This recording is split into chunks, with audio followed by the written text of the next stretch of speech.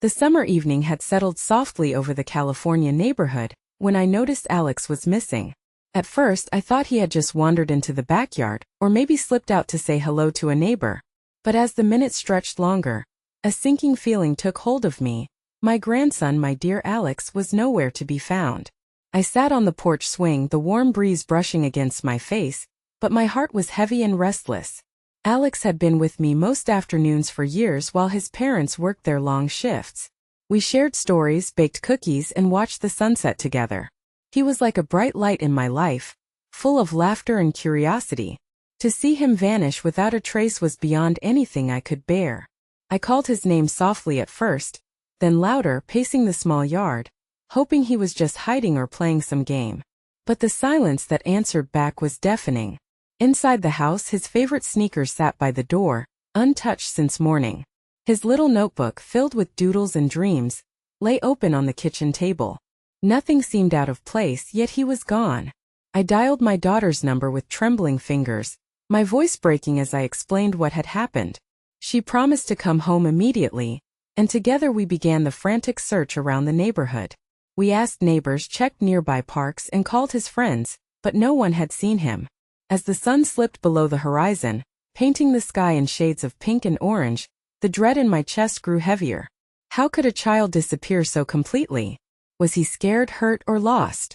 The police arrived, their presence both comforting and chilling, as if the situation was more serious than I dared admit. During the initial search of the house, something caught my eye. A small folded note tucked beneath a cushion on the living room couch. It wasn't there earlier that day, I was sure of it. My hands shook as I unfolded the paper, revealing a cryptic message in Alex's neat handwriting. "Don't look for me where you think I am." Those words echoed in my mind, confusing and unsettling. What could he mean? Was it a game, a puzzle, or a warning? The note hinted at something deeper, something I couldn't yet understand.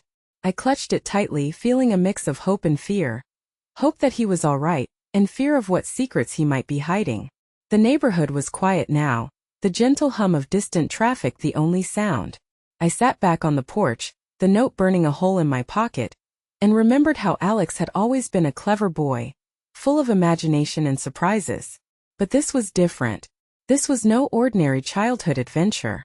As I looked out into the fading light, I replayed the day in my head.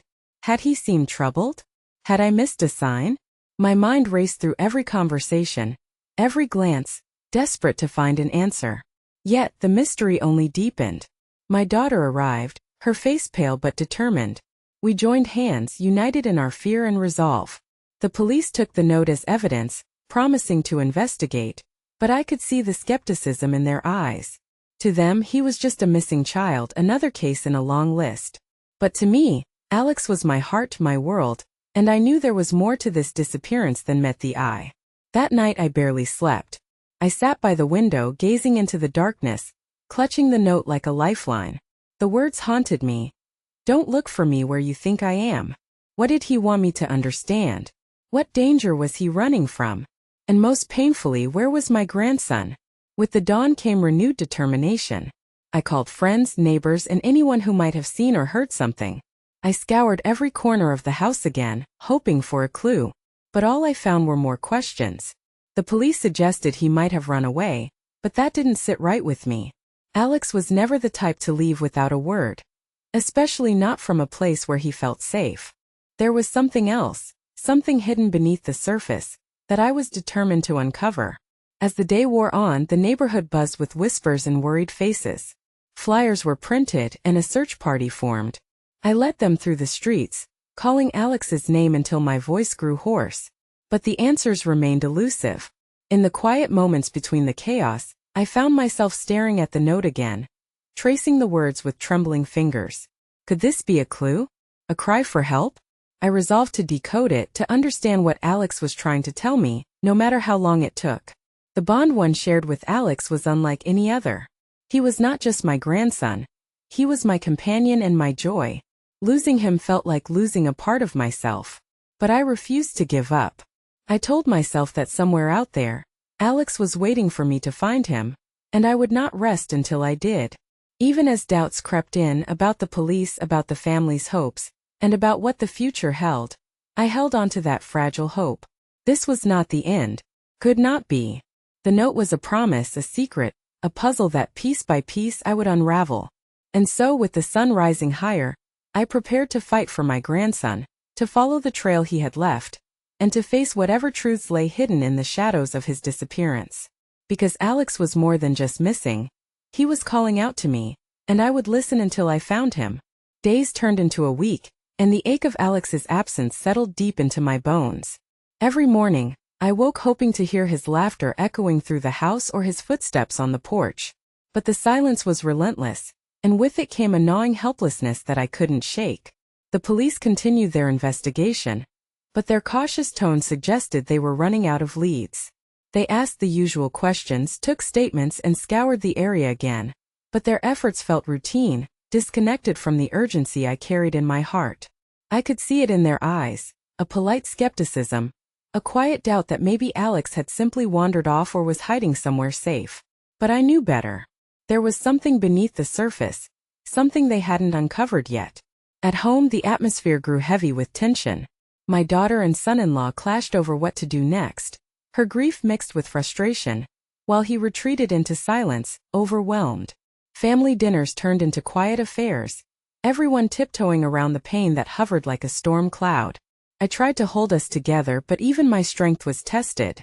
Amid all this, I found myself drawn back to the note Alex had left behind. "Don't look for me where you think I am." Those words gnawed at me, refusing to fade. I began to pore over the note again and again, searching for hidden meanings, patterns, anything that could guide me. To the outside world, it might have seemed like a desperate grasping at straws, but to me it was a lifeline. Friends and neighbors offered support, but many warned me to let the authorities handle it. "You don't want to interfere," they said gently. "Let the professionals do their job." But how could I sit back and wait, trusting strangers to find my grandson when I knew him better than anyone else? Their caution only fueled my resolve. I started retracing Alex's recent days, talking to his teachers, his friends, anyone who might have noticed a change in him. At school, some mentioned he had been quieter lately, more reserved than usual.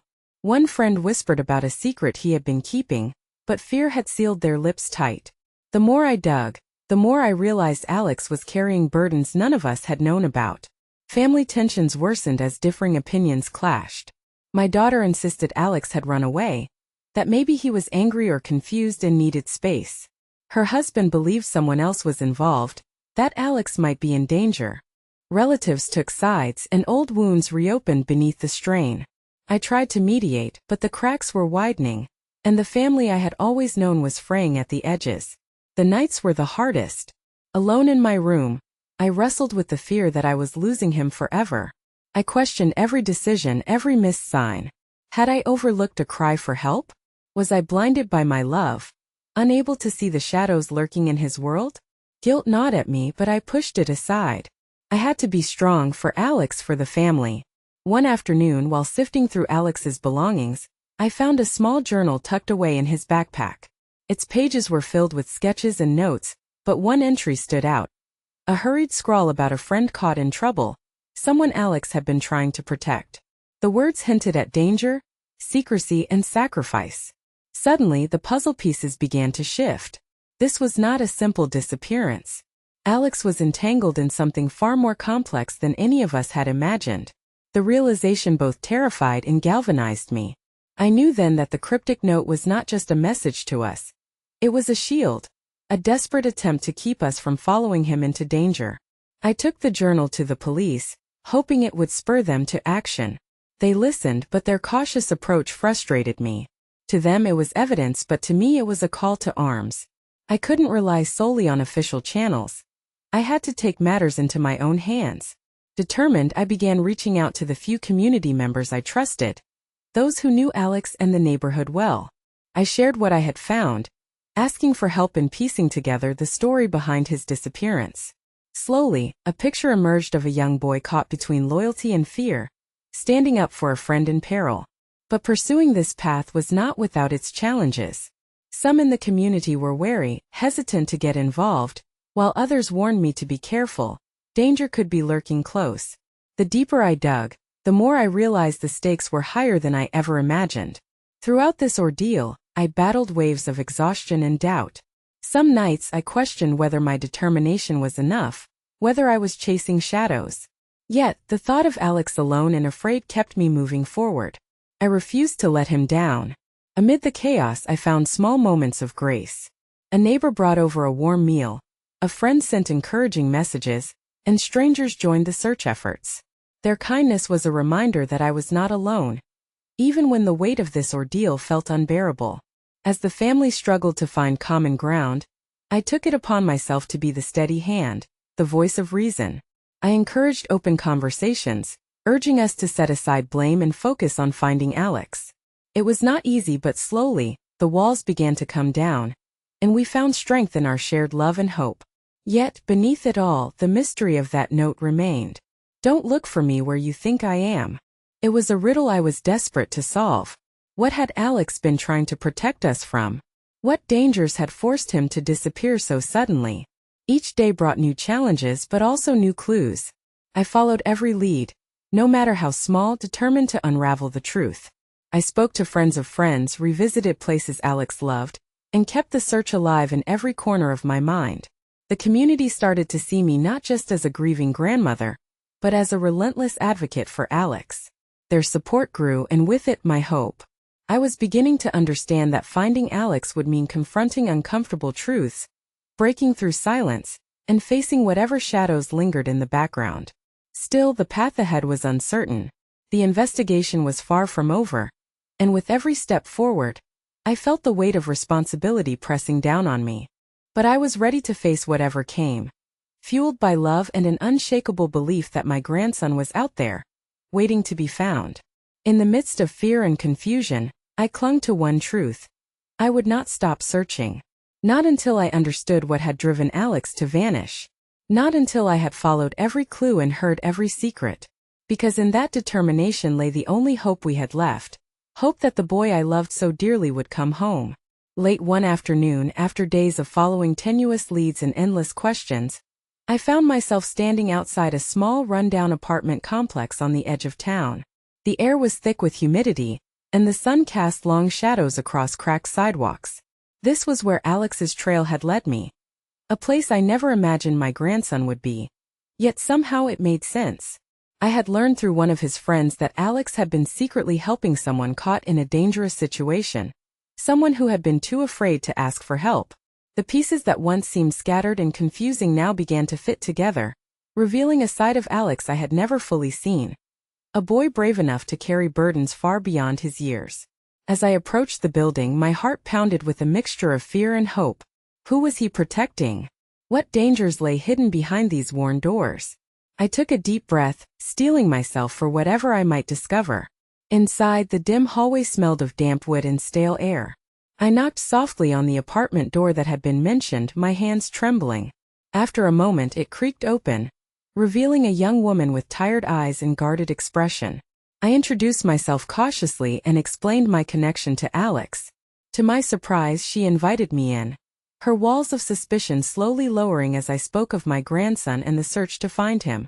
She told me about a friend of hers, a boy who had gotten mixed up with the wrong crowd, someone Alex had quietly supported and protected behind the scenes. The danger had escalated, forcing Alex to disappear, not out of fear for himself, but to shield those he cared about from harm. Hearing this, my chest tightened. Alex's courage had always been something I admired, but this was a new depth of bravery altogether. To sacrifice his own safety for another's, that was the heart of a hero, far beyond his years. The woman revealed that the friend was entangled with people involved in illegal activities, people who didn't hesitate to threaten or hurt those who crossed them. Alex had known too much, had tried to keep others safe by stepping back and disappearing. It was a desperate, selfless act that explained the cryptic note he had left behind. I felt a surge of conflicting emotions, relief in understanding why he had vanished, fear for his safety, and immense pride in the boy who had always been my light. But knowing this truth also meant the path ahead was fraught with peril. As I listened, I realized the full extent of the secret life Alex had been living. He wasn't just a missing child. He was a protector, a silent guardian in a world none of us had fully seen. The weight he carried was heavy, and I had only just begun to grasp the sacrifices he had made. Determined to piece together the full story, I asked the woman if she could help me contact others who might know more. She agreed cautiously, warning me to be careful. Together, we reached out to a few people connected to Alex's friend, each conversation revealing more about the dangerous circumstances that had forced Alex into hiding. One particularly tense meeting clarified that Alex's disappearance was not a flight but a shield, a calculated move to keep his family and friends safe from retaliation. The realization hit me hard. My grandson had vanished not because he wanted to leave, but because he wanted to protect us all. With this newfound understanding, I confronted the reality of the situation. The danger was real, and the stakes were higher than I had imagined. But this knowledge gave me a new purpose. I resolved to work not just with law enforcement, but also with the community to ensure Alex's safety and bring the truth to light. I shared what I had learned with the police, who finally seemed to grasp the complexity of the case. They increased their efforts, coordinating with local agencies to track those involved and protect those at risk.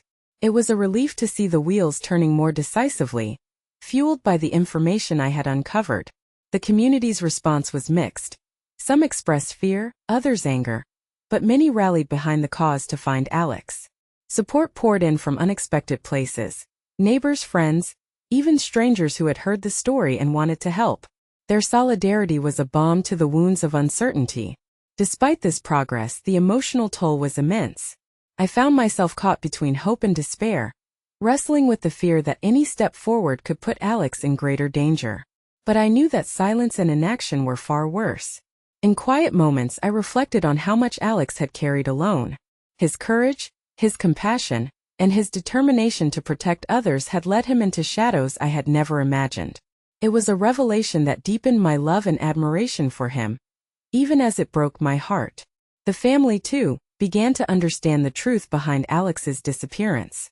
The fractures that had grown under the strain of uncertainty started to mend as we faced this new reality together.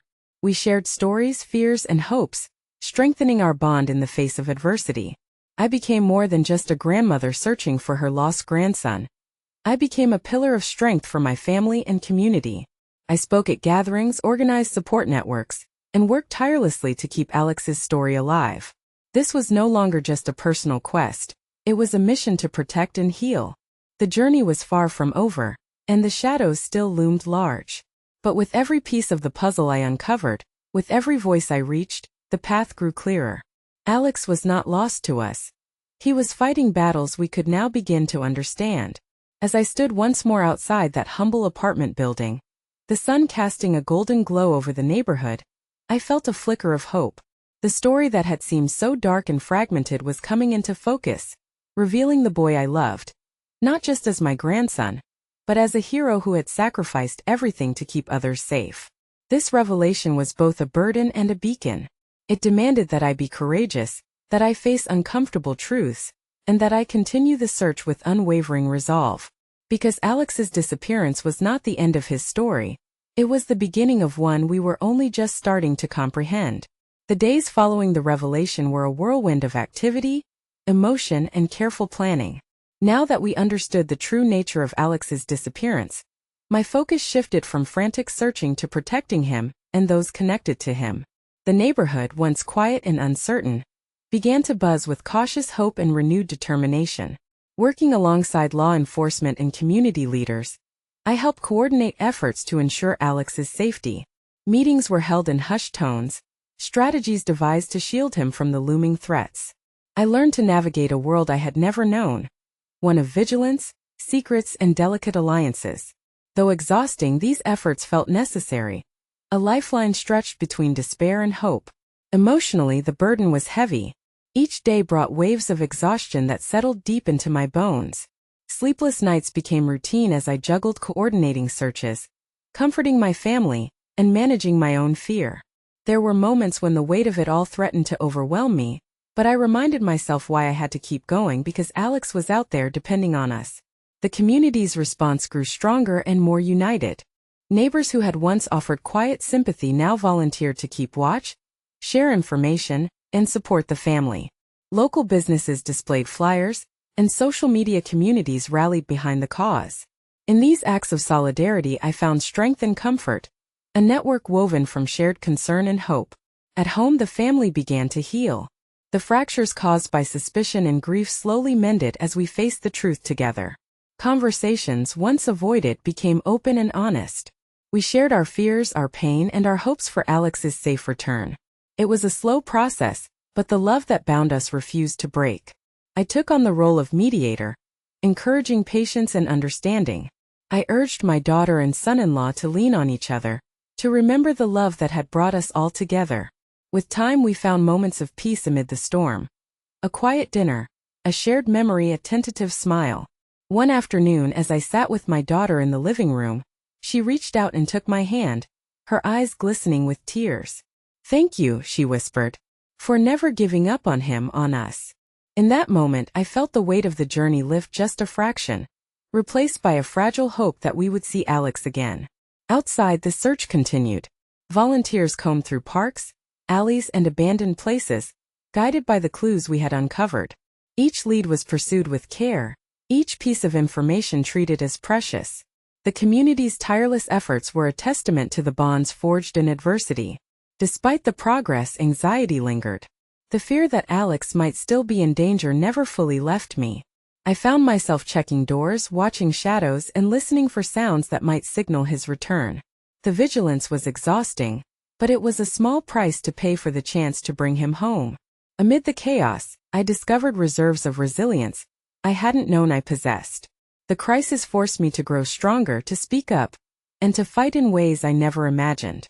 I became a voice not only for Alex but for others caught in similar struggles, advocating for awareness and support. Community meetings became a platform for sharing stories and resources, building a network dedicated to protecting vulnerable youth. I shared Alex's story openly, hoping it would encourage others to speak out and seek help. The response was powerful, a wave of compassion and determination that lifted us all. Yet, even as we rallied together, the road ahead remained uncertain. The danger that had forced Alex into hiding was still real, and the shadows lingered on the edges of our lives. We had taken steps to protect him, but the threat was not gone, only contained for now. In quiet moments, I reflected on the journey, the fear, the hope, the strength born of love. I thought about Alex, brave and selfless, and the sacrifices he had made to keep others safe. His courage inspired me daily, fueling my determination to see this through. I also thought about our family, how we had been tested and, in many ways, transformed. The pain of separation was profound, but so was the love that bound us. We were learning to navigate grief and fear together, finding new ways to support one another. As the sun set each evening, casting long shadows over the neighborhood, I found solace in the community that had risen around us. Strangers had become friends, and together we formed a shield to protect the vulnerable and to hold on to hope. The story of Alex's disappearance had evolved from a mystery into a mission to protect, to heal, and to bring light to the darkness. It was a mission I carried with every breath, fueled by a grandmother's love and an unshakable belief in the power of resilience. Though the days were long and the nights often sleepless, I faced each moment with renewed strength. The road was far from easy, but I was ready to walk it step by step, until Alex was safely home. The morning Alex walked through the door, the house seemed to breathe again for the first time in weeks. I was sitting at the kitchen table, clutching a faded photo of him, when I heard the soft creak of the front door. My heart leapt before I even looked up. There he was, his eyes wide with a mix of exhaustion and relief, but unmistakably Alex. Tears welled up as I rushed forward, enveloping him in the tightest embrace I could muster. The weight of those long, torturous days lifted, replaced by a profound sense of gratitude and wonder. How had he come home? What had brought him back now? Alex, still fragile but steady, began to share the story piece by piece. With a courage I had only glimpsed before, he revealed the depth of the dangers he had faced, the sacrifices he had made, and the silent battles he had fought to protect not just himself but those he loved. His disappearance had been a shield, a desperate measure to keep us safe until the threat passed. The clues I had uncovered, the people I had reached out to, and the community's tireless support had all played a part in securing his safe return. The network we had woven together became a lifeline that brought him back from the shadows.